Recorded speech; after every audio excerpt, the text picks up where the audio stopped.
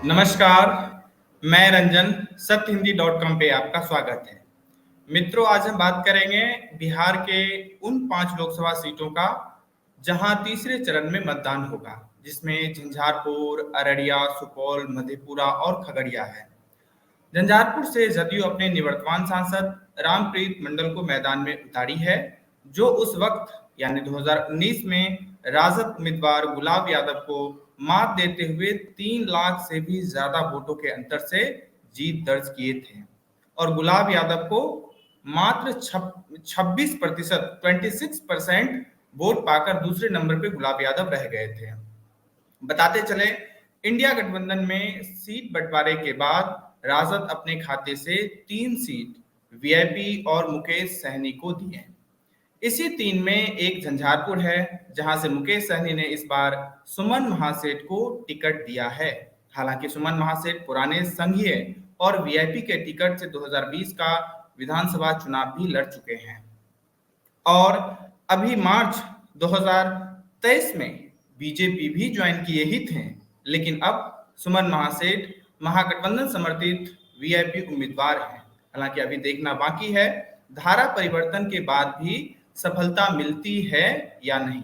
रामप्रीत मंडल के विरोध में लोगों के बीच खासी नाराजगी है, पर देखना होगा किस हद तक सुमन महासेठ इस नाराजगी को भुना पाने में सफल होते हैं, क्योंकि इस क्षेत्र के 2 बड़े यादव नेता राजद और महागठबंधन से नाराज चल रहे हैं। गुलाब यादव, जो पिछले चुनाव में राजद उम्मीदवार थे, इस बार बीएसपी के टिकट पर ताल ठोक रहे हैं। गुलाब यादव निर्दलीय अपनी पत्नी को एमएलसी बनाए, बेटी जिला परिषद अध्यक्ष है, अच्छी खासी जमीन तैयार कर रखी है इन्होंने पिछले 1-2 सालों में। 5 बार के सांसद और पूर्व केंद्रीय मंत्री देवेंद्र यादव का राजद से नाराजगी तो इतनी बढ़ गई कि इन्होंने राष्ट्रीय उपाध्यक्ष और पार्टी दोनों से इस्तीफा दे दिया। देखना होगा एमओए समीकरण में यदि वाई यानी यादव समुदाय के 2 यादव परिवार नाराज चल रहा है, तो किस हद तक यादवों का वोट एकजुट रह पाता है या बिखराव हो सकता है, जिसकी संभावना ज्यादा दिखती है। बताते चले, झंझारपुर में 3 लाख से भी ज्यादा आबादी यादवों की है। झंझारपुर में 3 विधानसभा बीजेपी के पास, 2 जदयू के पास और 1 राजद के पास है। खगड़िया से एलजेपी राजेश वर्मा को मैदान में उतारा है और खगड़िया से एलजेपी के टिकट पर 2 बार के सांसद चौधरी महबूब अली कैसर इस बार टिकट नहीं मिलने के कारण अपनी नाराजगी सार्वजनिक करते हुए राजद ज्वाइन कर लिया और राजद के राष्ट्रीय अध्यक्ष भी बन गए। जब लोजपा में 2 फार हुआ तो 6 में से 5 सांसदों का झुकाव पशुपति पारस के पक्ष में होने के कारण चिराग पासवान उन 5 में से 4 सांसदों को इस बार टिकट नहीं दिया, जिसमें चौधरी महबूब अली कैसर भी हैं। सिर्फ वीणा देवी को वैशाली से टिकट कंफर्म हो पाया है। हालांकि राजेश वर्मा का अपराधों से पुराना संबंध है। इनके यहाँ ईडी आईटी का रेड, एससी एसटी एक्ट में चार्जशीटेड हैं। ये दर्जनों मुकदमा राजेश वर्मा के नाम दर्ज हैं और स्थानीय लोगों का स्पष्ट कहना है कि मरहूम रामविलास पासवान के जन्मभूमि से दलितों का शोषण और अत्याचार करने वालों को खगड़िया कभी स्वीकार नहीं करेगा। बताते चले, राजेश वर्मा एक बिजनेसमैन हैं और 2020 के विधानसभा चुनाव में भागलपुर से एलजेपी के उम्मीदवार थे, जो दूसरे स्थान पे रह गए। वहीं इंडिया अलायंस समर्थित सीपीआई-एम उम्मीदवार संजय कुशवाहा है, जो सक्रिय रूप से सामाजिक कार्यकर्ता हैं और खगड़िया के ही हैं, जबकि राजेश वर्मा भागलपुर के हैं। खगड़िया में कुर्मी समाज या कुर्मी या कुशवाहा समाज के लोगों की आबादी 1 लाख के करीब बताई जाती है, जिसका वोटिंग निर्णायक हो सकता है।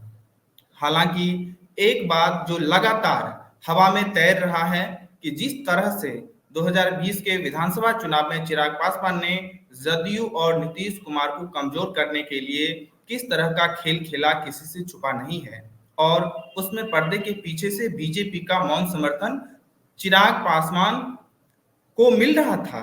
तो क्या लघु समाज और जदयू का कैडर इस बार अपने साथ किए वादा खिलाफी का बदला ले सकता है, जिसके कुछ संकेत मिल रहे हैं, लेकिन स्पष्ट रूप से कुछ कह पाना अभी संभव नहीं है। किसी ने क्या खूब कहा है, राजनीतिक परिस्थितियों का खेल है। यही वजह है कि 2019 के लोकसभा चुनाव में आमने सामने रहे चौधरी महबूब अली कैसर और मुकेश सहनी आज एक मंच से संजय कुशवाहा के पक्ष में अपील करते नजर आ रहे हैं। खगड़िया लोकसभा के अंदर आने वाले 6 विधानसभा में से 3 विधानसभा राजद के पास, 1 कांग्रेस के पास और 2 जदयू के पास है। अररिया लोकसभा क्षेत्र से बीजेपी उम्मीदवार प्रदीप सिंह दोबारा मैदान में हैं, जबकि महागठबंधन समर्थित राजद प्रत्याशी मोहम्मद शाहनवाज आलम हैं, जो कि हाटा विधानसभा से विधायक भी हैं। हालांकि 2020 के विधानसभा चुनाव में शाहनवाज आलम AIMIM के टिकट से विधायक बने थे, पर संविधान की 10वीं अनुसूची और दल बदल कानून को धता बताते हुए राजद में शामिल हो गए। मोहम्मद शाहनवाज आलम के पिता और भाई दोनों अररिया से सांसद रह चुके हैं। 2014 के लोकसभा चुनाव में राजद उम्मीदवार तस्लीमुद्दीन, जो मोहम्मद शाहनवाज आलम के पिता थे, ने 1.5 लाख वोटों के अंतर से जीत दर्ज की और भाजपा प्रत्याशी प्रदीप सिंह दूसरे नंबर पर रह गए। लेकिन 2017 में तस्लीमुद्दीन के असामयिक निधन के उपरांत 2018 में उपचुनाव हुआ तो राजद उम्मीदवार सरफराज आलम, जो मोहम्मद शाहनवाज आलम के भाई हैं, ने 60,000 वोटों के अंतर से भाजपा प्रत्याशी प्रदीप सिंह से आगे निकल गए और जीत दर्ज की। लेकिन ठीक 1 साल बाद जब 2019 का आम चुनाव हुआ तो बीजेपी उम्मीदवार प्रदीप सिंह अपने तीसरे प्रयास में सफल हुए और 1,40,000 वोटों के अंतर से जीत दर्ज की, जबकि राजद प्रत्याशी सरफराज आलम अपनी नई नवेली सफलता को दोहरा पाने में असफल रहे और 4,80,000 वोट पाकर दूसरे स्थान पर रह गए। हालांकि अररिया लोकसभा की जनसंख्या भी राजद प्रत्याशी के अनुकूल बैठता है, क्योंकि यहाँ 40% यानी 7,80,000 के आसपास मुस्लिम आबादी है और साथ में 1,50,000 से भी ज्यादा यादवों की जनसंख्या है। MY समीकरण के हिसाब से राजद प्रत्याशी मोहम्मद शाहनवाज आलम का स्पष्ट बढ़त दिख रहा है। विधानसभा की बात करें तो 3 बीजेपी के पास, 1 जदयू, 1 राजद और 1 कांग्रेस के पास है। मधेपुरा लोकसभा सीट से कई बड़े शख्सियत चुनावी जीत दर्ज करवा चुके हैं। बीपी मंडल, लालू यादव, शरद यादव, पप्पू यादव समेत अभी जदयू से दिनेश चंद्र यादव हैं। मधेपुरा यादव बहुल क्षेत्र होने के कारण इस सीट पर कई दशकों से यादवों का दबदबा कायम है। 4 लाख के करीब यादव, 3 लाख मुस्लिम, 1 लाख के करीब मंडल जाति की जनसंख्या है, जो एक अनुमानित आंकड़ा है। 2024 के लोकसभा चुनाव में जदयू अपने सिटिंग MP दिनेश चंद्र यादव को ही पुनः मैदान में उतार दी है, जबकि RJD प्रोफेसर कुमार चंद्रदीप यादव को टिकट दिया है। मुकाबला रोचक होगा, क्योंकि एक आध बार छोड़ दे तो मधेपुरा का इतिहास रहा है कि कोई भी व्यक्ति लगातार 2 बार MP नहीं बन पाया है और ज्यादातर मुकाबला मधेपुरा में यादव वर्सेस यादव के बीच ही देखने को मिलता है।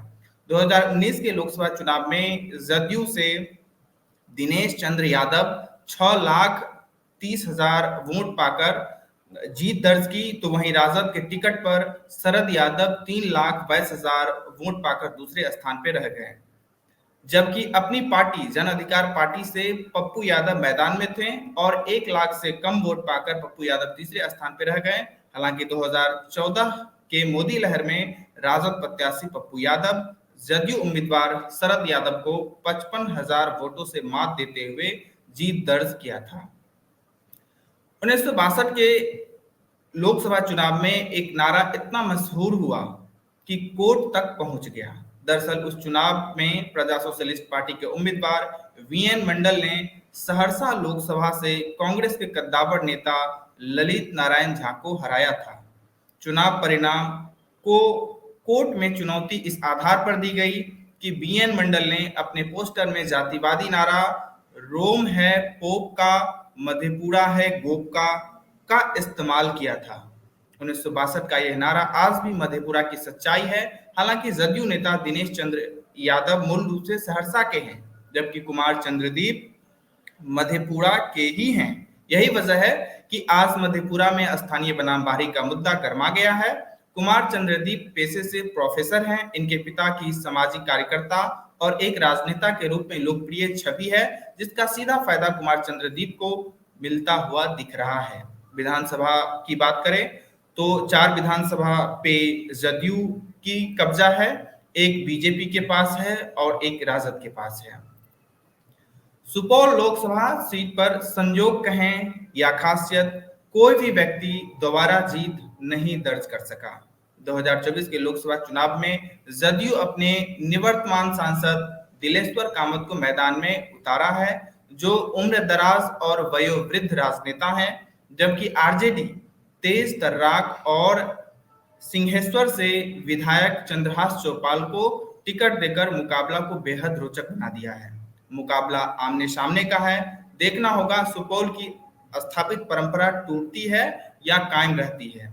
2019 के चुनाव पर एक नजर डालें तो जदयू उम्मीदवार दिलेश्वर कामत 2.5 लाख वोटों से भी अधिक वोटों के अंतर से कांग्रेस प्रत्याशी रंजीता रंजन को शिकस्त दी, जो पप्पू यादव की पत्नी हैं और अभी राज्यसभा सांसद हैं। हालांकि 2014 में कांग्रेस प्रत्याशी रंजीता रंजन जदयू उम्मीदवार दिलेश्वर कामत को मात दे चुकी है। 2020 के विधानसभा चुनाव में सुपौल लोकसभा के अंदर आने वाले 6 विधानसभा में 4 पे जदयू का कब्जा है, एक बीजेपी और एक राजद की खाती गई है। तीसरे चरण में बिहार के जिन 5 सीटों पर चुनाव होगा, उसमें मिथिलांचल का कुछ हिस्सा और कोसियांचल आता है। सभी सीटों पर आमने सामने का मुकाबला है, यानी 1 to 1 फाइट है। मुकाबला कांटे का है, इसलिए अभी कुछ कह पाना थोड़ा जल्दबाजी होगा। एनडीए खेमों की तरफ से 3 सीटों पर जेडीयू, 1 सीट पर एलजेपी और 1 सीट पर बीजेपी चुनाव लड़ रही है, जबकि इंडिया गठबंधन की तरफ से 3 सीट पर आरजेडी, 1 सीट पर सीपीआई-एम और 1 सीट पर वीआईपी मैदान में है। आज बस इतना ही, विदा दीजिए, नमस्कार।